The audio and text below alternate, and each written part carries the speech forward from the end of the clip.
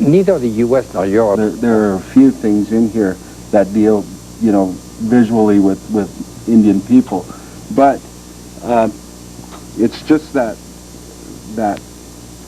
like I said, that thing that we carry, that each and every one of us carry as Indian people. Maybe we didn't all attend boarding schools, or maybe some of us didn't spend our life on a reservation, whatnot.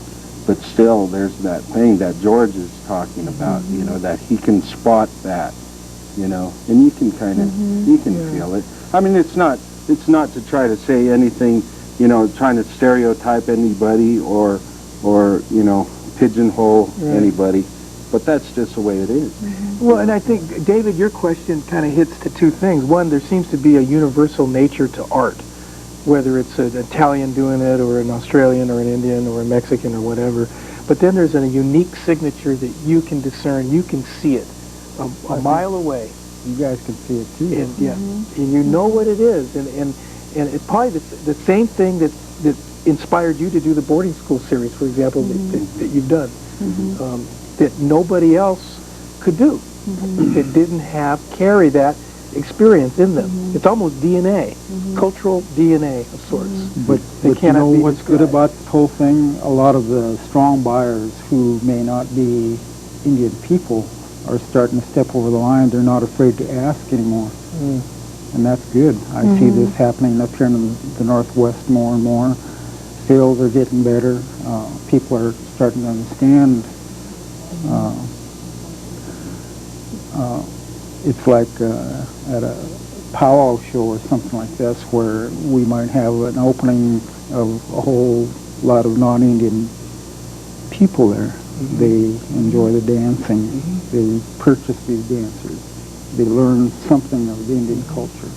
Well, and I know in the Southwest they have a lot of things now that to authenticate that the work has been done by an enrolled member of a federally recognized tribe. Yeah, and that goes back to my question. I guess it went over George's head. Is we can look at Rick, see he's Indian. He's quote unquote an Indian artist. Now, if he was Caucasian, and I found out he was German, then would I refer to him as German and German artist? Right. And then why isn't he doing German symbolisms, German pictures? Again, going back to Rick's work. I mean, I could walk into a gallery and I could look and see Rick's work across the room, and I would know that's Rick's work. Right. Case in point, I'll make it real short. One time again, I went down with George down to the Santa Fe, and there was this gentleman next to this one booth who did jewelry, but it wasn't quote Indian jewelry. It didn't look Indian. Okay. There was a booth next to him where they did Indian jewelry. Okay, both Indians, right? Two different tribes. But the buying public, guess where they went? They went to the to the guy who was, I guess, creative in his work and his jewelry, and it went against the regular quote Indian jewelry, and he got criticized because he wasn't doing Indian jewelry, and it was by other Indian people, because I think the thing was, at least what I was seeing, was there a certain amount of jealousy because he was making some big bucks because he was just going left and right. A lot of Indian artists themselves will hold themselves back, the crab in the bucket thing, because it's comfortable. You're in this like groove, yeah. That's the word, groovy. But and people expect that to see that kind of work always from you, because you're an Indian artist. You got to continue to do these things, and the Indian people themselves will hold you back. I've seen it, and I've experienced before, where you try to go a different direction, try new things, and other Indian people say, well, what the heck are you doing? This isn't a part of your culture. This isn't a part of your tradition, and so you're going against the grain, You're getting out of your box that that other people have defined for you. Right. You know, I went to one show my entire life that I was really afraid that I wouldn't fit in with my work, but once I got there, I got to meet some of the artists, and I learned that they almost 99% of them painted from photographs. They never lived that life of what these big $10,000 paintings were supposed to. I'm a lot like Rick, though. I'm one of those people that I don't even know what I'm doing. It's just like Oh, thanks. Well, you were saying that, but a lot of times I don't know what I'm doing. And I did that one time, and I did it during a real painful time in my life. And I didn't know what I was doing, and I was really unhappy with it. And then I had to take the painting down to the Yucatan when we were studying down there with the Mayans, and it was about star language and star knowledge. And I wasn't happy. I'm wondering, why did I paint all these phases of the moon and the sun? Well, I got down there, and when we were studying with the Mayan daykeeper, all of a sudden he brought out this big old thing of all the phases of the moon. And then on the side of his wall was this huge tile work that I thought, wow, that's really cool tile work. That's the same colors in my painting. Well, it turns out that was the sacred geometry of the Mayan calendar. And all of a sudden, my painting made sense. And then I brought it out, and as I started to talk about it, I said, I don't even know what compelled me to even paint this. I was unhappy with it. I didn't know why I did what I did, but now I understand. And it was in total alignment of what we were learning in the teachings that was coming from the star knowledge of the Mayans. And it was so powerful, and I had to cry, because I thought, in a really painful time when you just let go of the control and what you think that it should be, and you just allow that to speak for itself, and it comes out on that paper, that a lot of times we don't understand what it is that's coming out, but that's something far deeper and more profound is speaking through us.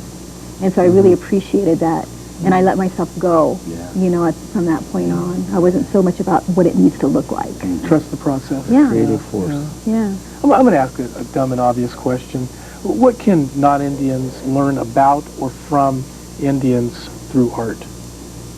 We have a little bit time left. Whether it's addressing a stereotype, whether it's another type of insight that you would want to put out there for non-Indians. That's what I would like to address is the stereotypes that and it's getting better. I see it get a little better, but George and I were back at the Idle Museum for a show one time, and we went through the museum, and a lot of the old paintings were very beautiful paintings, but the southwestern tribes and the plains tribes and firelit faces and all. But that was great for that time. But now, as Indian people, we're always moving forward. We don't want to become a part of someone's history. That's their own. Yeah. And so. Well, at the same museum, we walk into that one room where all these Indian artists had their pieces in there. Yeah. And that was a whole different feeling. Yeah. Everything. That's what I mean. Yeah. There's a lot of people who think of Indian people as still living in the past. That we have really literally have no future, or we don't.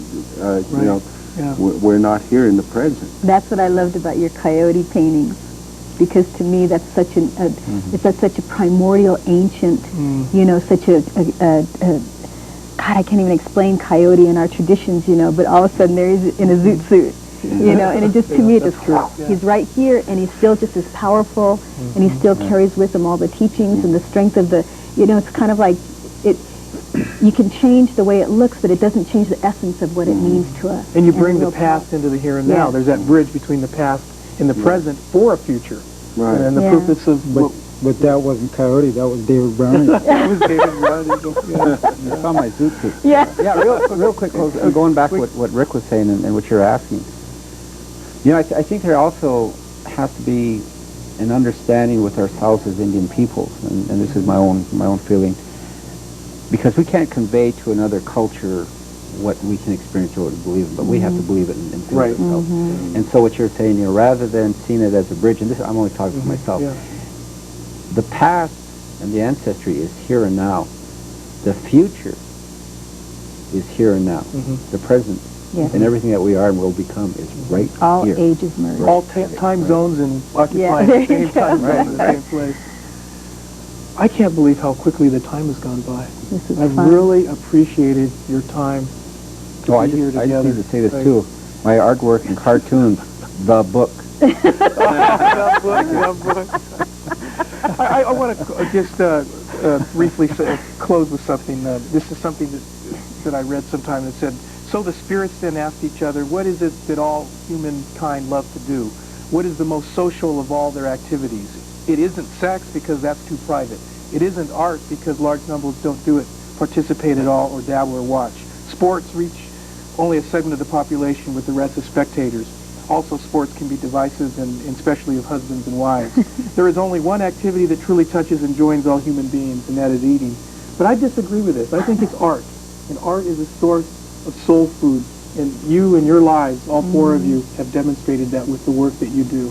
I want to thank you very much for all of that. And I want to thank you for watching and being with us, and thank our crew that's been gracious to give their time and energy to make this program possible. Thank you very much. See you next month. I'm from Jerusalem, got no love for my own, so I come here looking for you, sweetheart. If you'll be my honey, I will be your sugar pie. Oh, hi,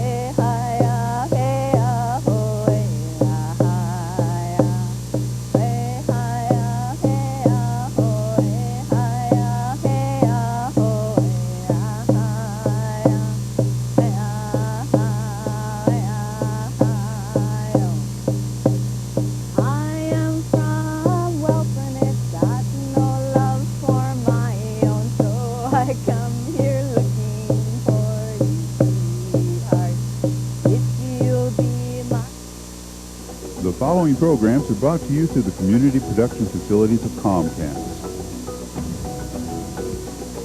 The programs are... With a navigator's seat, as we call it, and he has his choice of weapons he can take with him depending on the mission. This here is a Mark 19, which is a full... With us finally, and not last, is of course Rob McDonald, also a Salish Kootenai tribal member, and a writer here in our area, writes for the Spokesman Review and does their business real estate area is what he writes in. What I want to know and I've thought long and hard about this because what I have learned is that there are two things that all human beings have a hard time doing. At least this is what I've been told. Public speaking and writing. Those are the two human experiences that cause a lot of stress and expectation and discomfort. Getting up in front of a group of people and talking. Those of us have been in school and took our first speech class, you know how that was.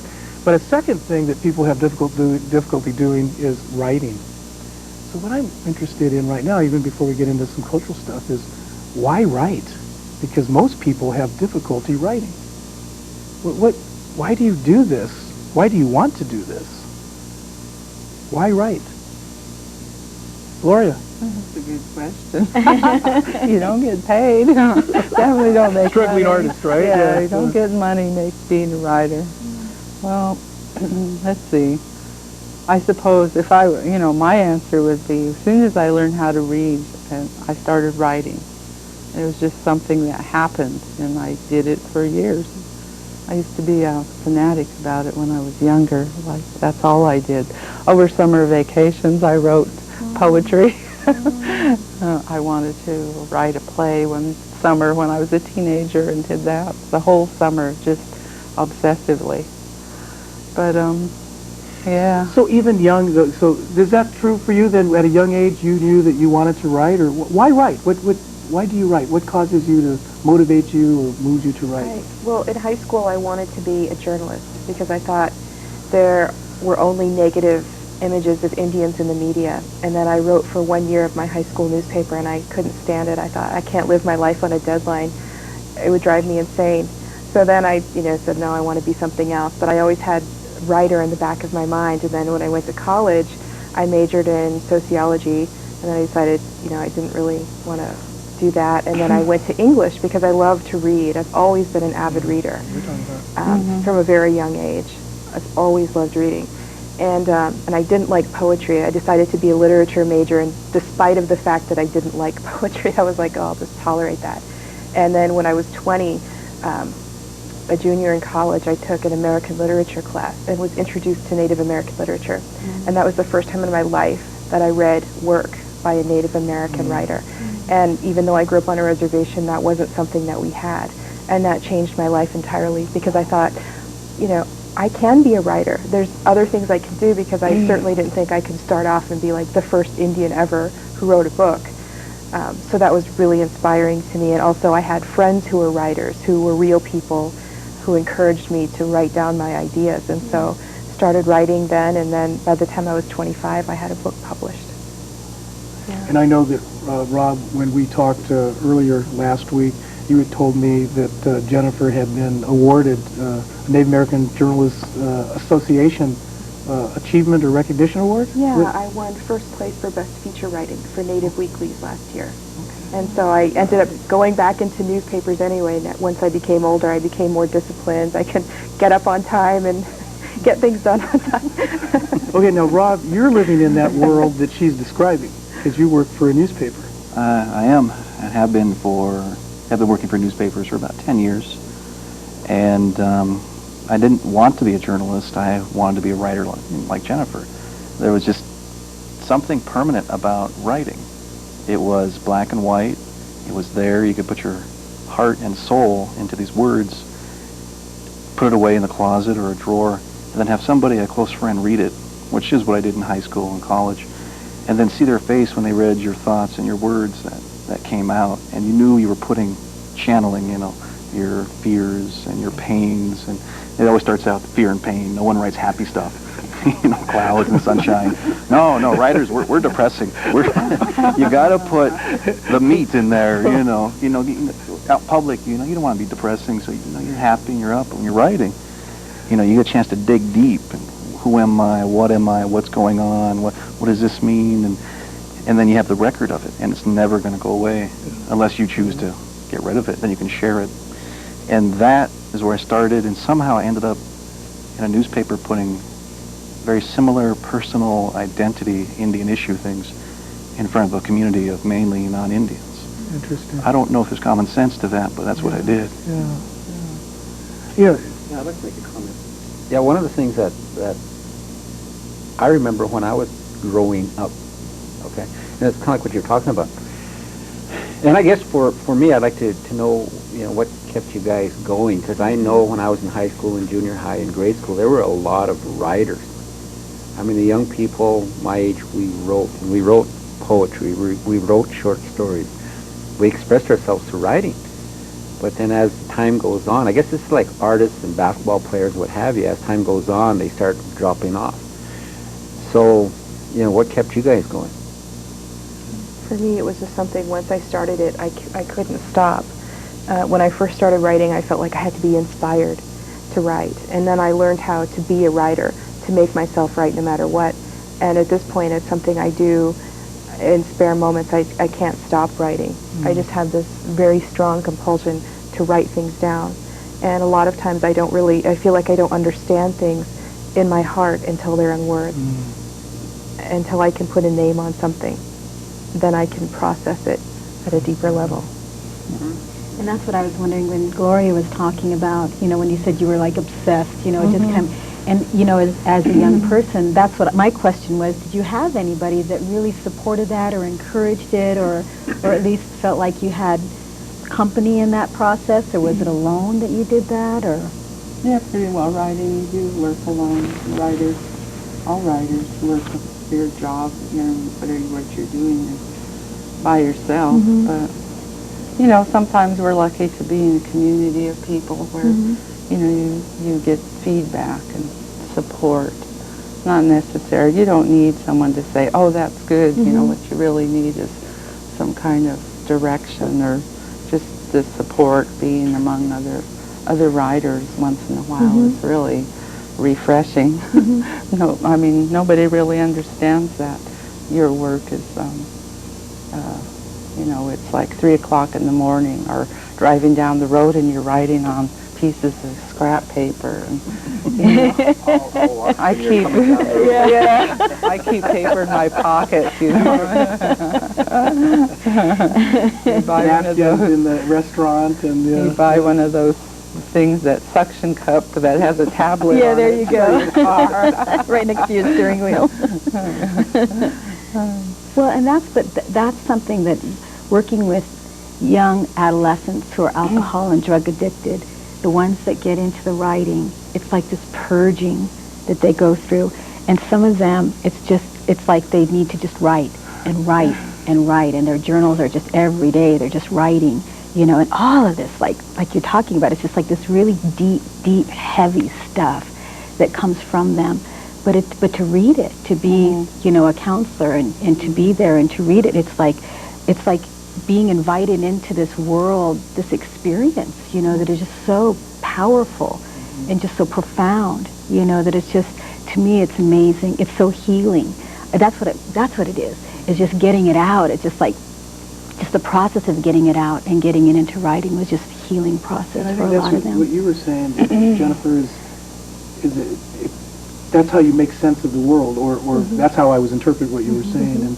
And I know, Rob, before we started the program earlier, we were talking about Northwest Passage column that you had done before you had this job change, and people liked it. And I suspect they liked it because you articulated and wrote things that they could resonate with or relate to. You were talking about reading and how reading feeds your writing. But my sense of is your power of observation in living experience, and then reflecting on that experience, and then writing that experience was very attractive for a lot of people. And I'm wondering right now, going with David, what does feed your writing? Is it what I think, what I just said, the experience in your reading, or is it something else that sustains your writing? I don't think I ever stopped being a writer. I'm not always in the act of writing. But to be a writer, you have to get out of your home, your apartment, and bump up against people. Have good experiences, have bad experiences. And as a writer, I'm always kind of collecting things. I was in an elevator when I applied for this job in Spokane 3 years ago, and there was a black man in a suit next to me in the rid path. And this kid about 19 gets on the elevator and says to the black guy, "Hey, don't I know you?" The black guy says, "No, I'm from Seattle. I don't know you." And the kid said, "Well, weren't you in the lobby earlier?" there was another black man with a suit in the lobby. And I saw that guy, and I knew what the kid was doing. I'm kind of looking up in the sky going, oh, my. You know, and the guy's like, no, I wasn't in the lobby earlier. The kid said, oh, I thought I saw you there. And I see the black guy's eyebrow go up, and he goes, you think we all look alike? You know, and I can feel the air get kind of still, you know, and it's moments like that, of the interaction that you tuck away, that you get inspired by. And like Sherman Alexie said in his recent movie, you know, you collect those stories and you mix them with fairy tales and lies, and they all get blurred together. And in that comes, I think, the short stories, the deeper wisdoms that you can extrapolate from these daily experiences. Gloria, what do you think good writing is? I mean, as you describe it, that could be a type of good writing. But for you, what, you know, you know something that is just really, really, really good. But what is good writing for you? It's more like, that's a hard question. But when we were when I was helping edit an anthology, that was a real difficult thing because you have different styles, different genres, and you're looking at a mixture of work. And a lot of it was very good. Some of it was like journal writing from people, kind of the kind of thing you're talking about. So it's really intimate and immediate and painful. You know, a lot of it's real painful, but it comes from real people. So on a scale of trying to decide what work to include, it was very hard to eliminate those kinds of writings, even though they were good. You know, they weren't professional. I mean, you could talk about professional standards, but then it's almost snobby, you know, if you're applying that to other Indian people's work, you know. How are you going to judge something that's good? But I did read a manuscript recently for one of my jobs is to read manuscripts off and on for some presses, and I read one that was wonderful. And I think the element that I could say, only because that's a recent thing, I have nothing to compare it to, is that it was a real magical experience. It was like entering into a dream, and a lot of parts about being Indian, I think, that are very different from other cultures, is that the reality that we live is different, you know. So it's okay, you know, that people want to talk about multiculturalism, appreciating diversity, and speaking across cultures and all of that kind of stuff. But when you're talking you know all those words. but when you're talking, when you're talking about Native American experience, you're talking across, you know, you're speaking across realities, you know. So I read a novel recently that did that. It was successful in doing, you know, just dragging you into this reality, and it was great, you know. So there's a lot of different levels to address that. Yeah, I have a question, comment, whatever. Gloria touched on something about you know, the Indian experience that we can relate to as Native American people. Now, what about writers or books or novels that aren't dealing with the Native American experience? And I was thinking here about Rob on that NDN article you did. That was great. I loved that. Which one was that? Indian. It was about 4 months ago. That was the one I was asking about. About the T-shirt, the selling, that experience. The Res Dog. The Res Dog, right? And the NCAI conference came to Spokane, National Congress of American Indians. People from around the country convening in Spokane. You have the Department of the Interior Trust Fund issue coming to a head, as all these leaders are in Spokane, and there's a bunch of vendors who sell their goods and wares, and this company travels around the country, sells T-shirts. It's called Res Dog T-shirts, and they so captured, for me and every other person I talked to, kind of the Indian experience in T-shirt slogans. And you know, they're the ones that had the Fry Bread Power shirt. That was their shirt. Okay. They have those property of shirts, which are like athletic department shirts that the jocks wear in high schools, except the property of Flathead Nation, property of Cherokee Nation, property of Spokane Nation, and they're $20 a shirt, and I talked to the guy who has the company, and he said, we just sit around just like this, and whatever makes us laugh, we go, that could be a shirt. That could be a shirt. You know, and they kind of started the FBI. Yeah. Yeah. Flat-blooded Indian. Bright red inspector. Belly Indian. And whatever hit them, it was just like that Indian experience, you know. And I wanted, you know, like Christmas time, I wanted to grab shirt after shirt. Oh, send us the cousins, the nephews. It was just, you know, and it made me realize right there that it's so rare that you bump into something in my world. You know, I'm an urban. I live in Spokane. I don't live on the res. I got family in the res. So when I bump into a taste that is so authentic and pure and from the heart, you know, it just, you know, the humor is captured in something as ordinary as a T-shirt. It just meant so much to me, and I had to write about it. And I wrote a column about them and put their email in there. And the owner called me a week later and said, we got dozens of orders from your column, because people saw that, and they got sent around the country, and so I just think in communication there needs to be more native voices, because I think young people, old people, people in between are hungry for that authentic native voice. I think people will be flipping through the channel some night and see this and go, what the heck's this? I never saw this before, and we'll sit and tune in. I know I will. I probably won't recognize myself and go, what's this? Who is that good-looking man? Well, that goes back again to the experience and to relating to what's written. You know, it's like the jokes, the humor, what have you. And again, I guess for me, and remember what Gloria said a little earlier about, you know, you're not going to get rich being a writer. And part of, I guess, not getting rich through that is how many Indian people can buy a book. I mean, we only have 2.5 million Native Americans in the United States, and probably there's a lot more. Then we have our friends and relatives and what have you. So the Indian experience, I mean, you could write a real good book, and you could probably have 2.5 million people buy the book. So how do you get across to the other people who may, I guess, relate to our experiences, who may want to associate or who may want to understand or to gravitate to what the experience is?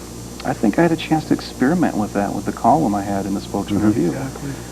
Because I would throw stuff out there that was kind of personal to me, and I had no idea the reaction. I had no idea. I assumed people were not reading it and just kind of go, Indian, whatever, move on. But I started getting emails, I started getting phone calls, and the common thread that was tied through their comments was, you've opened a little window into a world I know nothing about.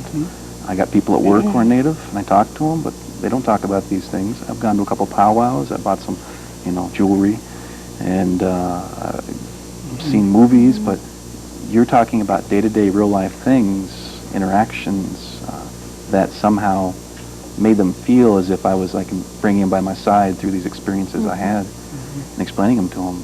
So, you know, it was a gentle column. I wasn't militant Indian or anything like that. I was saying, you know, come walk with me while maybe you'll learn something, or maybe you won't understand what I'm talking about, but it connected somehow. Well, the sense I had when I would read it is what Gloria's saying earlier, and that is, you being Indian and being urban, being who you are, that you were interpreting certain lived experiences through that lens, and inviting them, bringing them into that world. Because you are Indian, you are a man, you're living in Spokane, all those things that make up who you are, and then you have these experiences like in the elevator or the Res Dog shirt, or, you know, those sorts of things, and so you're bringing people into that world. And I know, Jennifer, in your work, everybody here, and I want to say incidentally that Martina and David are also writers in their own right. David has written, and Martina, I mean, it's no small chore to write a dissertation. And I know you've written War and Peace in that whole enterprise. But that we're all of sorts storytellers. We are the 21st century storytellers for our people and our culture. And it's dangerous in a sense because it's a double-edged sword. It can cut both ways. We know, for example, when we interviewed Indian artists and tried to look through that lens, that people said with Ric Gendron, for example, I misspelled his Gendron. That forgive me, Rick. People said that's not Indian art. He's Indian, and they had a stereotype or expectation of that if you're Indian, then you're going to have to write a certain way, or do art a certain way, or music a certain way. That and he talked about that, and I'm wondering, is that the case in this area of creative expression? That there is an expectation that you're Indian, you're going to write about certain things in a certain way, or is that not true? I think that's very true. I do a lot of poetry readings, and I have people frequently ask me how I define myself. Are you an Indian or are you a writer? Are you an Indian? How do you I actually had a person ask me this. What are you? Are you an Indian? Are you a student? Or are you a woman? How do you define yourself? And, you know, so they kind of want me to define my work in some way. And I say, well, I'm an Indian, I'm a wife, I'm a mother, I'm a student, I'm a daughter, I'm a sister. I'm all of these things all mixed together. And at certain times, you know, certain parts of me come out more than others. You know, if my daughter's running away, get back, come back. You know, and other times I'm a boss, I'm a co-worker, I'm all of these things all mixed in. And so it's really hard for me to put a label on myself. It's just, I just am. I am who I am. And I think my work reflects that. And people do have that expectation. They think my writing is going to be about, because I'm an Indian author, my poetry is going to be about feathers and the Great Spirit or something like that.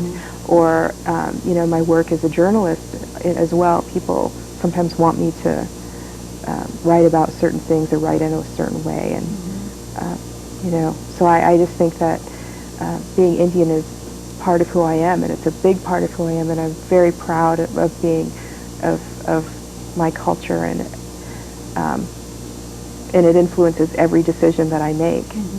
But I have lots of other things that influence my decisions as well. How about for you, Gloria? Do you find that? Because I know you're.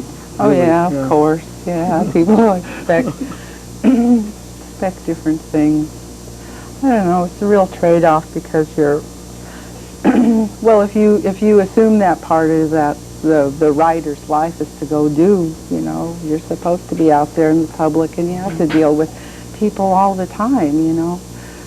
And so the same thing happens over and over and over, and you just, you know, you get questions about, you know, who, you know, what are you, or what you know, even they'll look at your poetry on the page and what the heck is that, you know? Is that a poem or is that a short story? I say, I don't know. What do you think? Where do you fit? Well, they want to know, where do you fit? It's like you get tired of it. I made a recent decision. I was never doing any more traveling ever again. I'm not doing readings anymore. I quit, you know. I'm going to write, you know, just stay home and I should just stay home and do what I do. And, you know, it might be a good idea to just give your work away. I mean, you don't get paid anyway. Presses make money off of you. So, I mean, it's a moral dilemma. I mean, being a writer actually puts you in a position where you're selling. You know, you're part of the materialistic culture. You know, your book costs, if it's over $10, it's overpriced. I mean, who, you know, like Dave said, who can afford your books? If you want Indian people to read them, you put them online and let people download for free. You know, if they have computers. Yeah.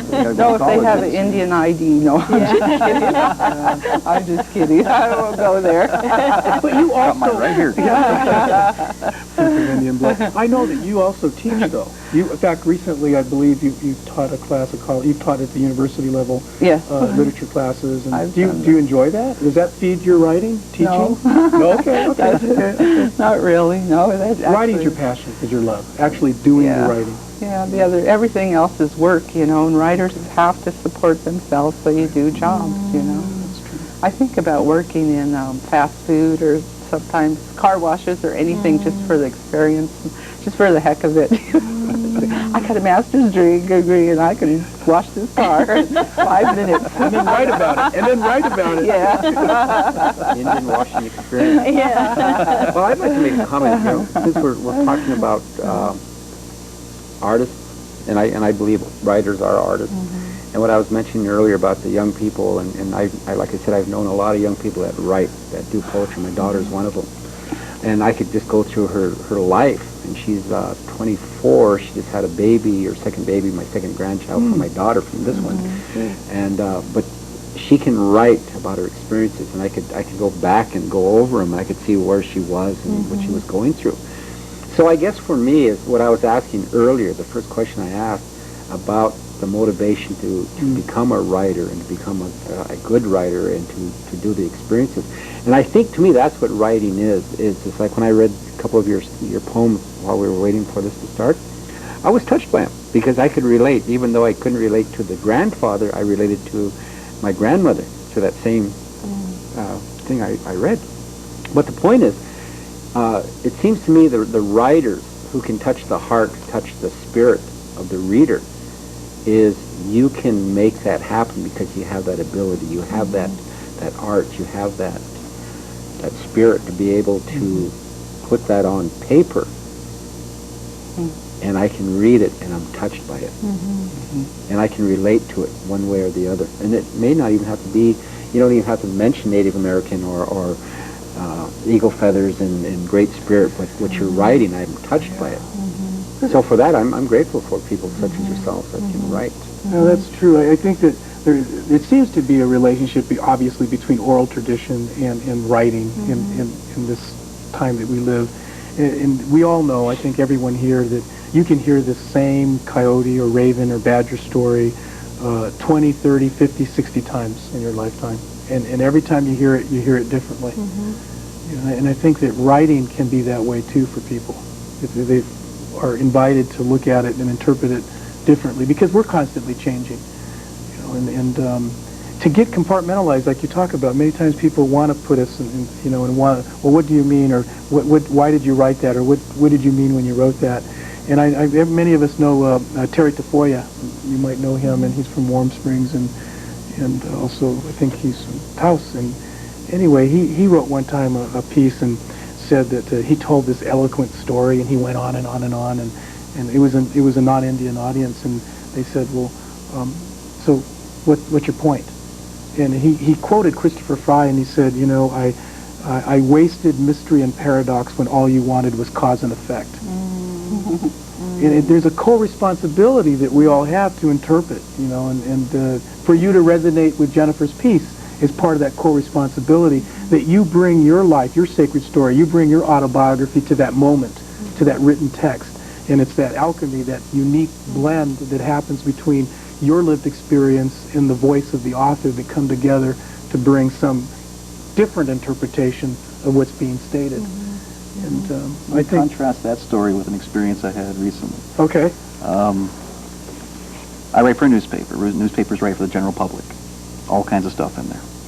I was doing a story about the Kmart way out in the valley shutting down. So I have to go talk to people, you know, how many employees, what are you going to do now, that kind of thing. I used to write a column for 2 years in the Spokesman Review with my picture right in the paper. And I'm in the parking lot trying to talk to some people. There's a lady coming by, gray hair, and I stopped her and I said, ma'am, can I ask you a couple questions about your shopping here? What? And I try to be gentle because, you know, I'm 6 foot and I'm approaching a stranger in a parking lot going, hey, you. So I, very gentle and, move slow and explain. Hands up. I'm a journalist with the Spokesman Review. My name is Rob. And she goes, oh, you're Rob McDonald. I go, yes. And I'm thinking, does she know my column? Does she read my stuff? She goes, you're the Indian. I went, I'm the Indian. Yeah, you read my column. Oh, you do a fine job. So I never tried to set, pigeonhole myself. I don't have that direct reflection to the public when I read poetry. I envy that experience actually, but it's just kind of thrown out there. I have no idea how it's received. But that told me how I'm received to a person who works for the school district managing a cafeteria. I'm the Indian. I went home and told some friends, and they said, well, how's it feel being the Indian? I got some friends they should meet. Well, you know why Kmart is really having a difficult time? All the Indians are going to Walmart.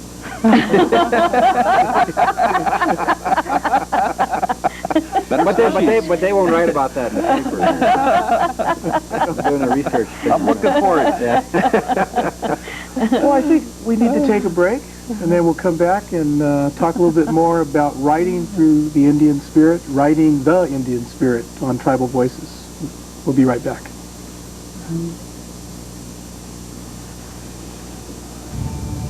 What if your family lived in a home on an island you couldn't leave? With limited amounts of food and safe drinking water. It would be very important to make things last, wouldn't it? Especially if your family kept growing and growing and growing.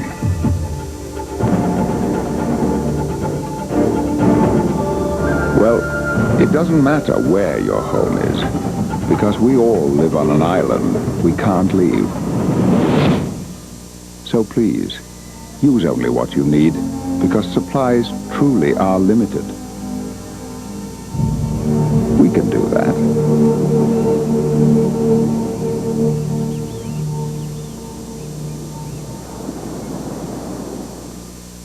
Okay, class.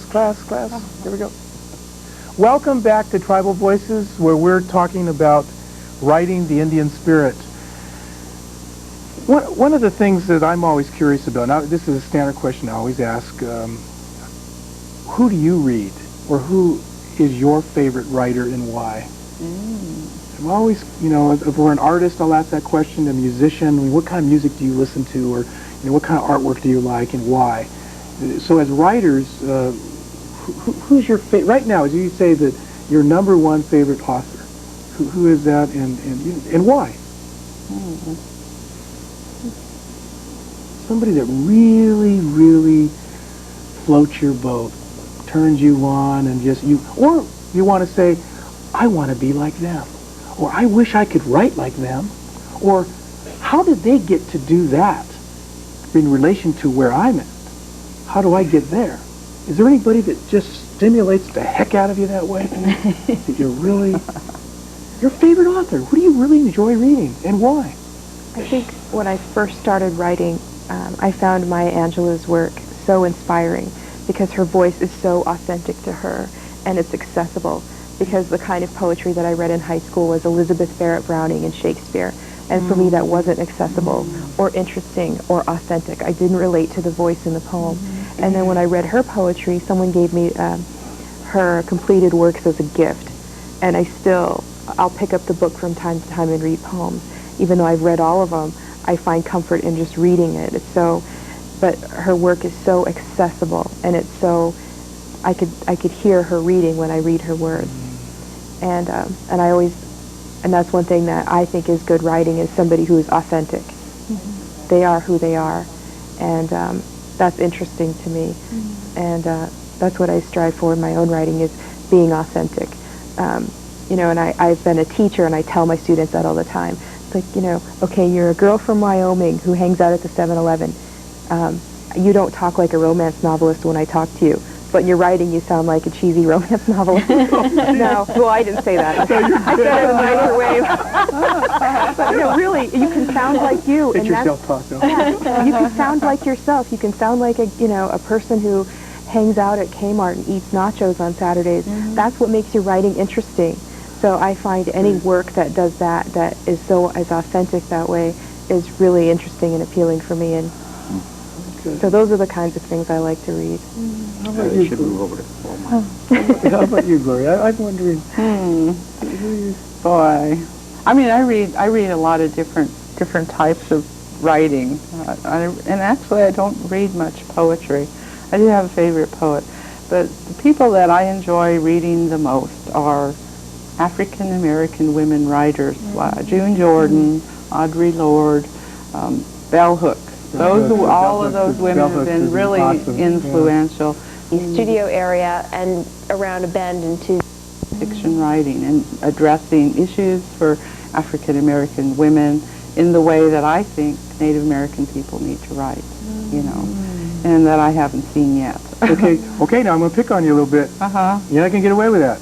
What do you mean? Give me an example. How are black women doing what Indian people need to be doing, or Indian women need to be doing?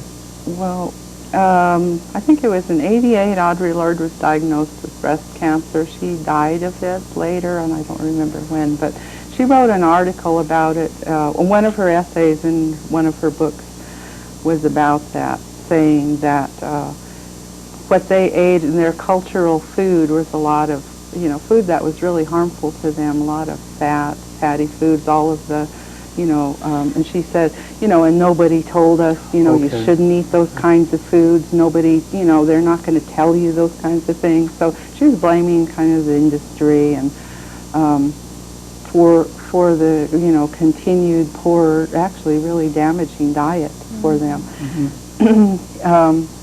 And other issues. She talked about raising a son.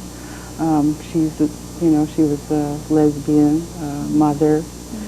She had a son. She talked about how do you raise a son, to be end up being a good person, not a woman hater, and those kinds of issues. Nobody, the Native American writers, there's people I admire like Elizabeth Cook Lynn, who takes on Western writers, how Western writers kind of co-opt this land, our land, and so there's this whole movement, environmental writing and that whole scene, and she addresses it, pretty much directly, and I really admire that. But I think, more like writing that really deals with issues. You published in the journal that lived with. In fact, I read an article that you wrote on colonization. You that's one of my favorites. Yeah. It was a very good author. In fact, when I was working on my dissertation, I read that as part of my research. The piece that you published that a great number of years ago. It was very well written and a very good piece. Well, how about you, Rob? Who's your? I was trying to think of someone besides Sherman, but he's always right there. Okay. First time I read Lone Ranger and Tonto, Fist Fight in Heaven, and he talked about in the Res Bar. And there's a guy out on the floor who's just dancing, who can just move, and he's like doing the Running Man and all his moves, and but everybody's going, he can't dance traditional. There's always one, you can either do traditional or you can do the Running Man. You can't do both. You can't find the guy that can cross over, and that just stuck with me. Why is, just kind of like you said, it's somebody writing about these things only in the Indian community, and he's putting out there with the touch and talent of a writer. Some short stories have touched me, like James Baldwin wrote a short story called Sonny's Blues, and it's a great story because his younger brother got busted for heroin use, and his younger brother's a jazz musician, and he's afraid his brother's going down the tubes and wasting his life, and this jazz thing is just a mistake, and he goes and watches him perform, and he painted the scene of the jazz club and the players and the sweat and the music. And I see that, and I'm not that big of a jazz fan. I like it, and I try to like it more, but I don't understand what's going on up there. And he explained to me what's going on, how Sonny tried to come in on the piano, was kind of tentative and kind of shy, and the guys were kind of like, come on, join it, jam with us, jam. And Sonny kind of backed off, and they, did their own thing for a while, and then it came his cue again, come on, join in, and gave Sonny a chance to just, and he started loosening up, and you start feeling the hairs in your neck go up, because Sonny's getting his groove going on, and just like, yeah, Sonny, go, Sonny. And, I'm alone in a dark room with a light reading this book, go, Sonny, go. That's You're the talking magic. to the book. Yeah, that's the magic. That's the magic. Of being alone with the words of the author in your ear, in your own head. It's you're not lonely when you got that book there. So that's stuff like that hits me. He drew you in, like what Gloria said. That's beautiful. What you eloquently, I think, portrayed is that you go into another world. Earlier we talked about that. You actually, the author seduces you into another reality, and you start talking in that reality. I'd like to comment on a couple of things, and maybe this is going back to what Gloria was saying, because I agree. In something you all said, it's like once you write the word, it's there. It's in black and white. You can't retract it or anything. And I was thinking while Gloria was talking and Rob, when you were talking, maybe that's why, and I'm just guessing, I'm just throwing something out that maybe you guys can comment on. Maybe that's why we don't have, quote-unquote, the Indian writers that are saying what needs to be said. Because if it's said and it's black and white and you can't back out, it's there. And again, going back to, we talk with musicians, we talk with artists, we talk with writers, we talk about the Indian identity issues. And sometimes And we all have been there and will continue to be there. You stand up and you say what needs to be said, even though it's crystal clear. Sometimes we don't want to hear or see what the reality is, not just our reality, but the reality. It's like the alcohol-drug issue. I have this little story that I have that, the alcohol has been around, but until somebody stood up and says, I'm an alcoholic, all of a sudden, we can't turn back because he's in it. So if he's an alcoholic, then maybe I am too, that kind of thing. So if you write it, it's like we can't step back any longer, because then we start relating. And part of relating to it is the anger. No doubt some of you or all of you have had that where you wrote something and somebody got angry with it. So what's the biggest blow or the biggest error we can take is from our own people. So sometimes it's better to write about what the non-Indian has done to us, and all the Indian people rally and say, yeah, you're right, you're an Indian writer, you understand. But then if we sat down and wrote, this is what we're doing to ourselves. Collateral oppression. Yeah. Right. Collateral oppression. I think that earlier, Jennifer, when you talked about authentic, that you used that word, authenticity, that whole notion. For me, it resonated when you talked about bell hooks and the issue of voice, and that black women are modeling what David is just saying, is writing about what needs to be read, and how to do that without being marginalized or somehow silenced. But it is that authenticity. But we are marginalized. Precisely, because many times, as you're speaking, is that art does imitate life, and life imitates art. At what point we kind of stop the crazy making and are able to speak the truth to the face of power that is the politics of any community, whether it's tribal or not, but be able to speak clearly from an authentic voice. And then that's what I hear Jennifer saying, that's what I hear all of us basically addressing. But the difficulty with that, the challenge of doing that, finding your voice, not only for yourself as a therapeutic moment in processing and doing the reflections that many times journals and diaries do, but more importantly, out of the one, for the many, that you're able to articulate what people are silently pointing to, the elephant in the room, and being able to, as you say, manifest it, because it is written, it is the Word, and the Word was made flesh, as they say. It's difficult to be real. Yeah, when I first started writing, it took me years before I could write about my home, the reservation. I had to have some kind of a distance, and I grew up in Montana, was born and raised on the reservation, and then I went away to college and lived in New Mexico for 5 years, in Arizona for 2. And eventually I had enough time that I could write about things that were really important to me, because I just sort of had to get a distance so I could examine them and look at them as a writer. And now that I'm living back home on the reservation, I have to, when I write, I have to be in a really quiet place.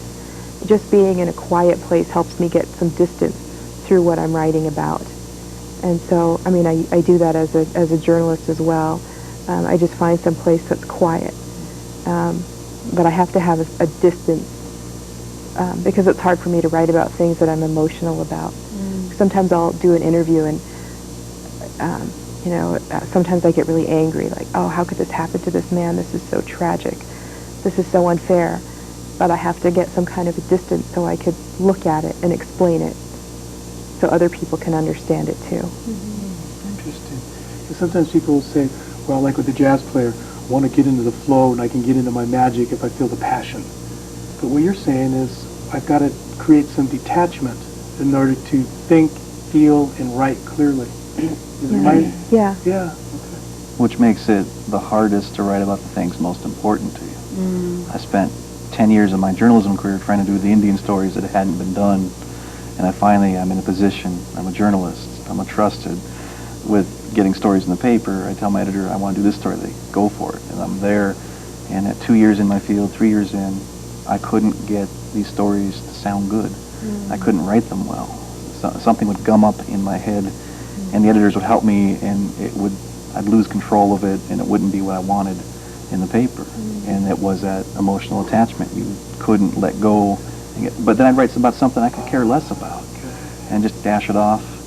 you know, and then I'd get the phone calls. That was the most beautiful story I had ever read. You can, you know, there's a major difference. You know, you talked about feeding your writing with finding a job, you know, washing cars or something. Well, working for a newspaper is my washing cars job. You know, I'm writing for newspapers in hopes that I can get a book out. Every journalist wants to get a book out, I think.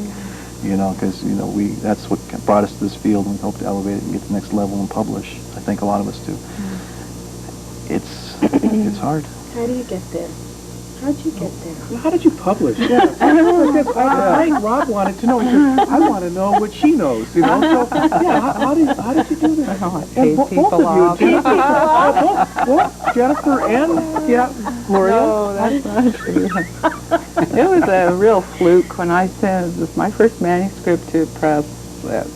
It was total fluke. It was on different fonts, you know, different machines. One was a typewriter. One was a computer. I mean, they were different computer. I mean, it was a mess, and I sent it. It was just, I can't believe they published it. And actually, everything I've ever done, somebody asked me to do it. Yeah. So, I mean, I was just around people. Well, this man came, real nice man, real eccentric man, came to one of my readings once and asked me to submit some poems. He said, "Oh, I publish books. I'd like you to submit some poems." And I told him, because he hand sews his books and they're really nice. They're real collector's items. And I really liked that he came, he approached me, and I said, "Oh, I've heard about your press and your books." And I said, "But you know, I write prose poems." And there's this huge, you know, snobbery around prose poems, and he goes, "But I like your poetry, you know, submit them anyway." And so I did, and he published it. Wow. How about, Jennifer, you published? Yeah. I was in my last semester of graduate school, and I had my thesis done by February, because I was so scared. I thought, I knew people who had, you know, been out of graduate school for like 5 years and hadn't gotten their thesis done, so technically they hadn't graduated. So when I went to graduate school, I said, I'm not doing that. I'm getting everything done on time, if not early. So I had my thesis put together around February. I set these little deadlines for myself. And so in March, my advisor came to me and gave me this little piece of paper and said, "You should submit your manuscript to this." And it was the North American Native Authors First Book Award for Poetry. So I said, okay. And they wanted a submission of, I think, at least 60 pages. And it was about 2 days. I was about 2 days away from the deadline. So I went back through my other poems and added them in the correct, because my book has 3 chapters. So I added them in the right chapter, added in about 20, 25 poems, called the press, and they said, well, we've extended our deadline. Go ahead and send it. Because I was going to overnight mail it. And it was the first time I ever submitted something to be published, and I told myself, well, if I get published, that would be so cool, but if I don't, at least someone, you know, I feel good that my work is out there. And about 2 weeks later, I was sleeping, I got this phone call, and I'm like, hello? And he said, this is Gary Hobson from the University of Oklahoma. And I said, yeah, hello? And he said, you haven't heard, have you? And he said, you won. You are getting your book of poetry published. And I said, Jennifer Green, okay, Jenn. I made him spell my and then when mistake, is this the wrong number? Yeah, and I think I did it when I talked to the University of, or when I talked to the Greenfield Review Press. I said, okay, you have the right person, right? It's not someone else with the same name. And, my Social Security number? Because apparently they sent me a letter, but I hadn't gotten it yet. Okay. And so, you know, so I mean, I don't know how many times I read the letter, and I like made other people look at it. Okay, this says my name. This is me. It wasn't a dream, was it? I didn't just like have this delusion this morning but so it was really exciting. And so it was neat. I was still a student. I sent off my manuscript, and about 2 weeks later is when I received a call. Well, you know, because I was like trying to, you know, write on decolonization. You know, that's my passion is that whole topic. And they said, well, you need a literary agent, so you have to apply, you know, send, what do they call that? A little, you got to give like a little, bio. Yeah, just a little abstract, like what your idea is, and just like the short paragraph. Then you mail it off to all these literary agents, and then you got to wait for them, and then they have to sell it to the publishers, and then it's like, and I'm like, oh my God, you know, is this that hard to do this? I just gave up. I thought, David, yeah. I got a question, regarding publishers and books and getting books out and what have you. When we were talking to the musicians and they were talking about doing their own CDs, their own music, their own everything. Yeah. Now again with the computer and the high tech, and that's one of the reasons we have our format here, is I know of some people who are actually doing their own quote-unquote publishing their own books. I mean, maybe they don't get out, some big publisher, but at least they're getting their books out. So is there a movement going in that direction with, so Rob, you could probably publish your own book?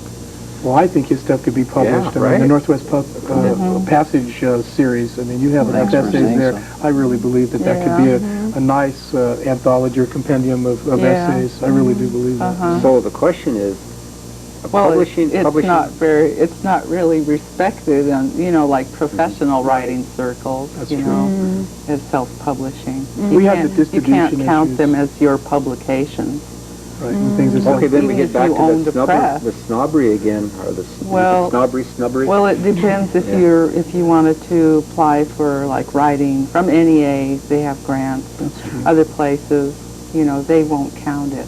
Oh, really? Yeah. And when you put it on your resume, you really shouldn't put that kind of stuff No, So then we get back to what we were talking about, the Indian identity and what do we want to do with our lives and how we're going to get there and all that.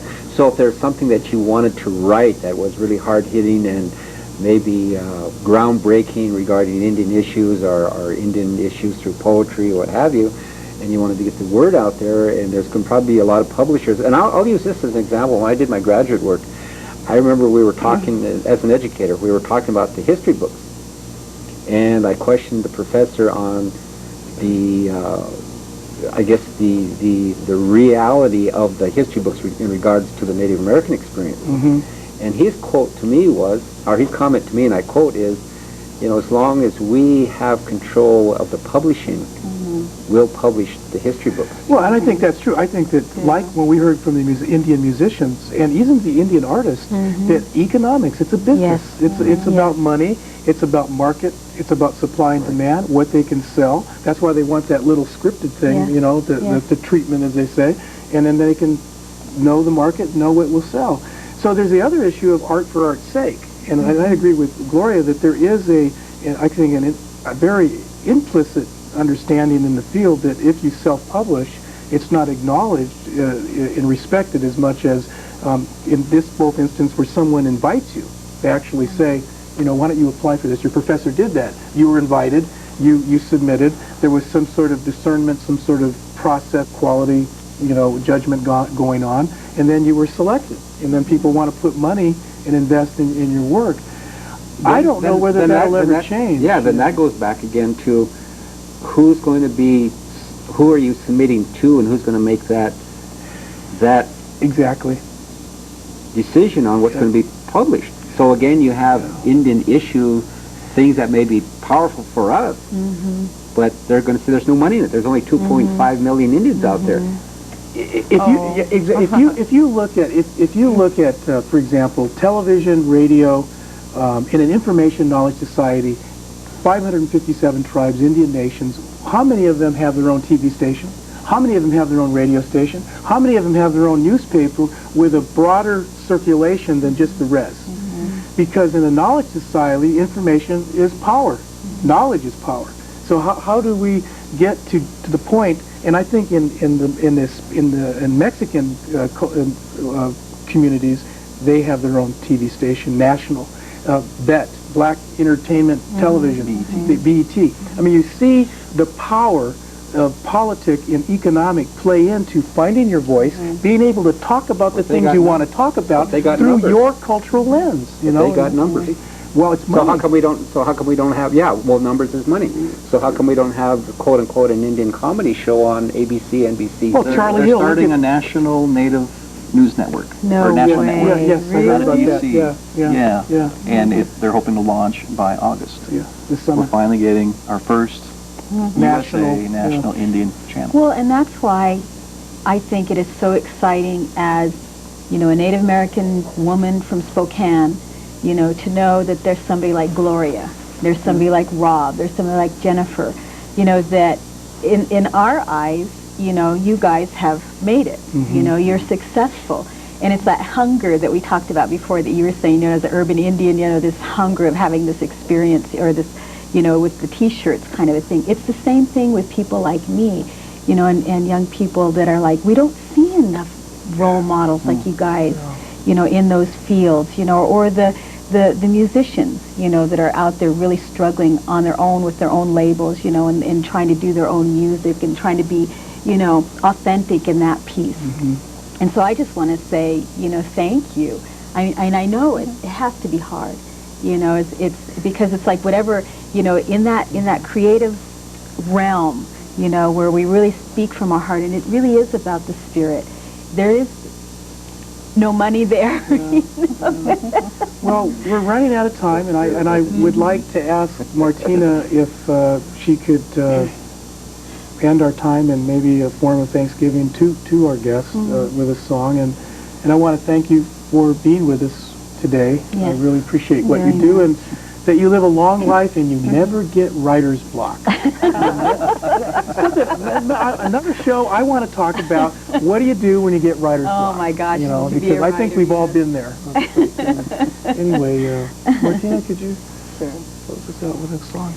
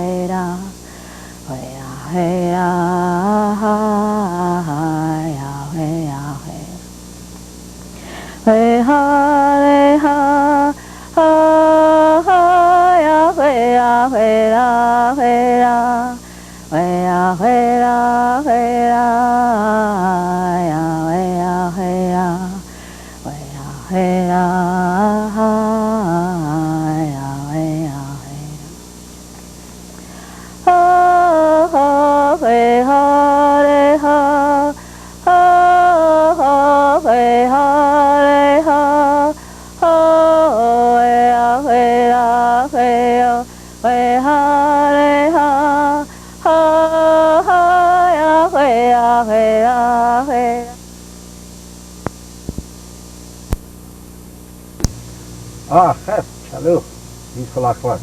Tapi Kuru Star, Brown Eagle, flew his quest. Good evening, my friends. My name is David, Red Antelope Brown Eagle, and this is Tribal Voices. And I'd like to welcome you all to the viewing tonight, and I'd like to introduce our guest as well as my co-host. The co-host is Martina Whelshula. She's from the Arrow Lake Band, and Dr. Whelshula. Beautiful. And right to my right, we have Milton Dewey Davis Jr., and he's a Nimi Poo language instructor, as well as an aide in that program. And to my left, we have Pauline Pascal Flett. She's of the Spokane tribe, and she's a language specialist. And to her left, we have Mary Vivet. She's a language instructor for the Spokane tribe. And we have Brian Flett, and he's the culture coordinator for the Spokane tribe. So Martina, tonight we're talking about, the title is the On the Road to First Peoples Language Revitalization. And recently the state and the tribes of Washington State came to a historical agreement. And I would like to open it up with that, and you can kind of explain this historical moment. Well, what it is